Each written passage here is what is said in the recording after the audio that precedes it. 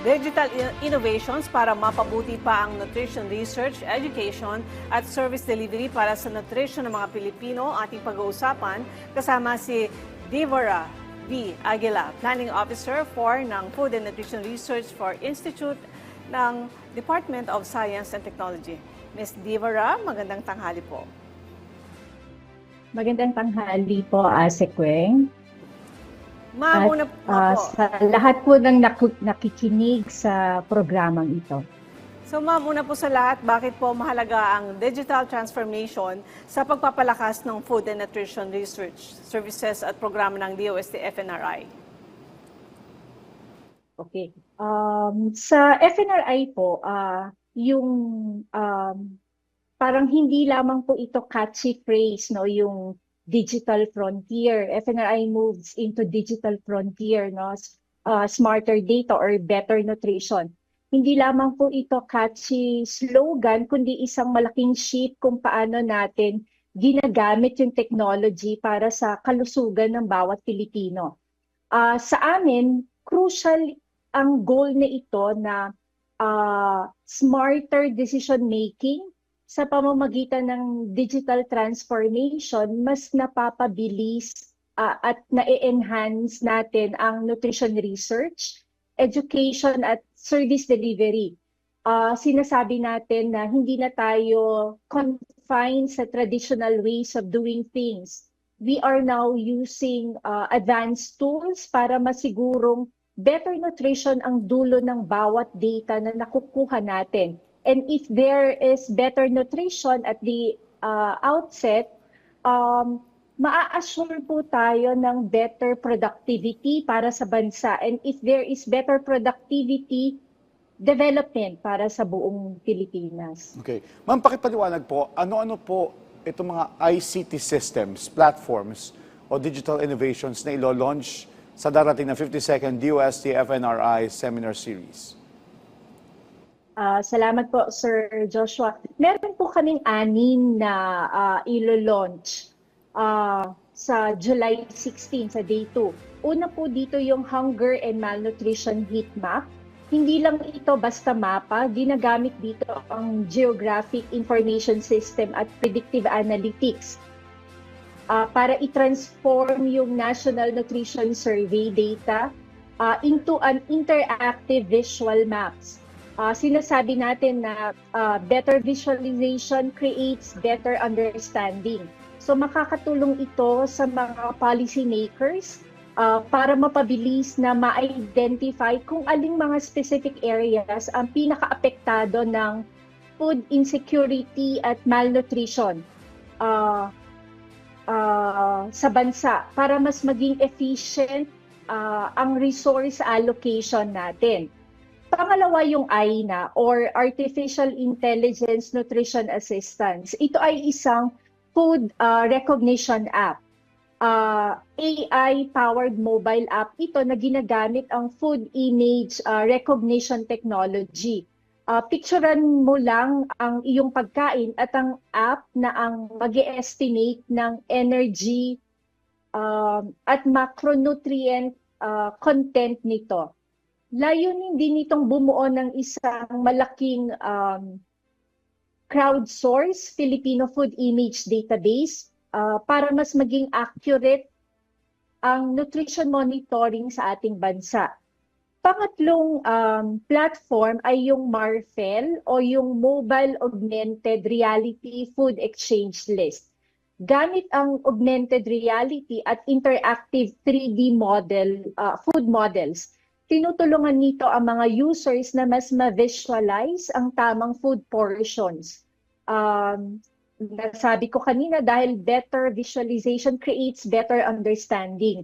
Mas mapapadali nito ang portion size awareness at nutrition education para sa lahat. Ang pang-apat po na platform ay yung R&D for NCD. Ito naman po ay isang nutrition management software na ginawa specifically para sa mga registered nutritionist dietitian.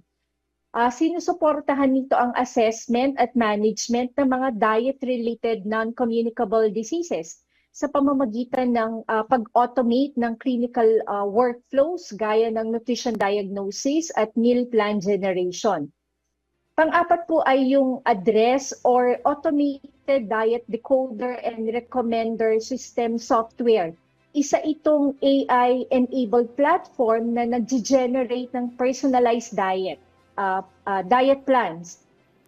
Binibridge nito ang gap sa pagitan ng technology at human element sa pamamagitan ng pagbibigay ng adaptive diet recommendations habang pinapanatili ang professional oversight ng mga registered nutritionist dietitians. And then ang huli ay yung Enhance iTrain. Ito yung ating upgraded e-learning platform. Dinisign ito para ayusin ang mga limitations ng lumang system sa pamamagitan ng pagiging cross-platform or compatible sa desktop at mobile. Mayroon na itong self-paced modules at 5-step certificate procedure para sa professional development ng ating mga health professionals. So yun po yung 6 na platforms na ilo-launch sa ating 52nd FNRI Seminar Series sa Day 2. So ma'am, paano naman po makatutulong yung mas mabilis, mas maayos at syempre mas accessible na nutrition data sa pagbuo ng evidence-based policies at programs? Salamat po, Asek. Ang pagkakaroon ng mabilis at organisadong data ay nagsisilbing bridge o tulay sa pagitan ng scientific research at actual field implementation. Gusto ko pong hiramin yung mantra ng DOST. Lagi po ninyong nating naririnig na sinasabi ng DOST Secretary na dapat agham na ramdam or science that is felt.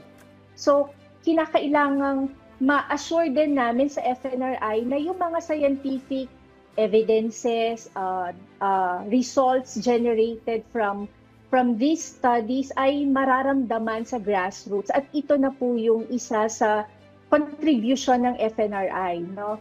Na through these technologies ay maihatid yung serbisyo sa kanila ng mas mabilis at mas efficient. And ma'am, can you briefly explain, ito po nabanggit nyo na 6 na platforms, softwares, and applications na ilo-launch ninyo sa 52nd DOST FNRI Seminar Series. Paano po ito naiiba dun sa mga nakagawian na mga hakbang para tugunan yung mga challenges sa nutrisyon sa ating bansa? At paano po mapapabuti ng digital systems and access ng stakeholders, researchers, policymakers at communities sa food and nutrition information and services? Unahin ko po, Sir Julius, yung heat map, yung sa hunger and malnutrition heat map. If you will visit the FNRI website, marami po kami doon na results ng National Nutrition Survey, data or printed materials, no, na naka-upload doon. Through the heat map, ginagawang interactive, no, by visualizing in terms of maps yung aling mga lugar sa Pilipinas ang mataas ang malnutrisyon, aling mga rehiyon or provinces sa Pilipinas ang marami ang food insecure. So through visualization, better visualization, mas mabilis na nakikita ng mga policymakers, program planners na kung saan nila pwedeng ilagay ang mga resources kasi itong mga rehiyon at probinsya ang nangangailangan para makarating yung serbisyo sa mga tao. Pangalawa, ang AINA, yung Artificial Intelligence Nutrition Assistance. The traditional way of computing the diet na kinakain natin, may traditional way po, no? Manually computing the nutrients, content of whatever food that we need to take, no? But through the AINA, by just pipicturean lang po yung pagkain na kakainin, tinutulungan na po nito tayo na malaman kung ano po yung mga nutrients na nakapaloob sa pagkain na yon. So through this digital innovation, mas madaling nalalaman ng mga tao na ito pala ay masyadong mataas sa, let's say, taba. Kung kailangan natin magbawas ng taba, ito pala ay mataas sa mga vitamins at minerals. So kailangan makakatulong ito sa aking pangangatawan kung kailangan ko ang ganitong mga nutrients pa. Yung R&D for NCDs naman po, no, ang traditional way of talking to or counseling clients, prescribing, let's say, diet, no, or yung mga in a day, ano yung mga kailangan niyang kainin, no, sa breakfast, lunch, at dinner. Manual po yung pwedeng computein, no, tedious. So, pwedeng nagagawa po yun ng mga nutritionist, pero matrabaho. So, through the R&D for NCD, pinapabilis yung trabaho ng nutritionist. So, ini-empower yung mga nutritionist natin na sa kanilang trabaho para mas marami po silang ma-counsel. At pag marami silang naka-counsel, mas marami yung mga tao na na-empower kasi na-educate sila properly ng mga nutritionist. Yung iTrain naman, through the Enhanced iTrain platform, alam natin na kinakailangan ang education should be continuous, no? It's a continuous process. So through the iTrain platform, nagkakaroon ng avenue ang ating mga kababayan para matuto sa nutrition, no?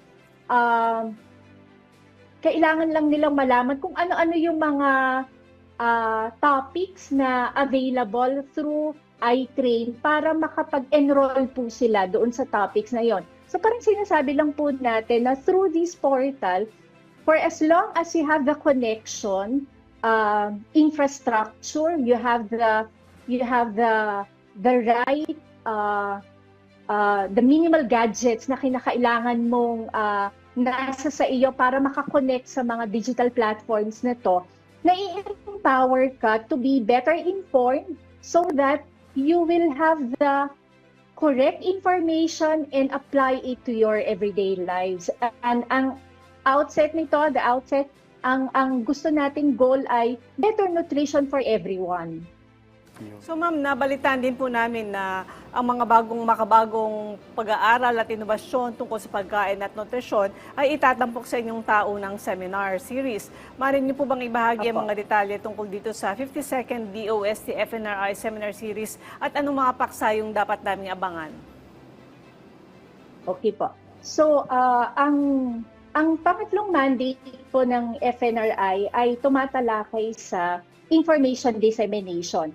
So, ang FNRI bilang isa sa mga research and development institutes ng DOST, lahat po ng usapin tungkol sa pagkain at nutrisyon ay ginagawan po namin ng mga pag-aaral. So, yung seminar series ay isa sa contribution ng FNRI para maihatid yung mga yearly studies na ginagawa ng FNRI. So, ito po yon. So, yung sa mangyayari po sa July 15 and 16 na seminar series, ang ibibigay po namin sa publiko yung result po ng pag-aaral na ginawa last year. So, ang ilan po sa mga aabangan, yung aside doon po sa latest food product technologies po na develop ng FNRI, yung mga inobasyon sa nutrition, yung ano ba yung kung masyadong matagal na po yung screen time po, effect ng screen time sa nutrition natin, no? So isa din po yun sa ipapakita at i-share sa publiko. Meron din po tayong undergraduate research competitions, no? Sa larangan ng yung mga kumukuha ng nutrition at sa food technology. Tapos ito nga po yung sa ICT platforms. Yung sa food systems din po, may mga pag-aaral po on food systems na i-share yung results sa publiko. Yan, so marami palang dapat abangan. Maraming salamat po sa inyong oras, Ms. Devora V. Aguila, Planning Officer 4 ng Food and Nutrition Research Institute ng DOST.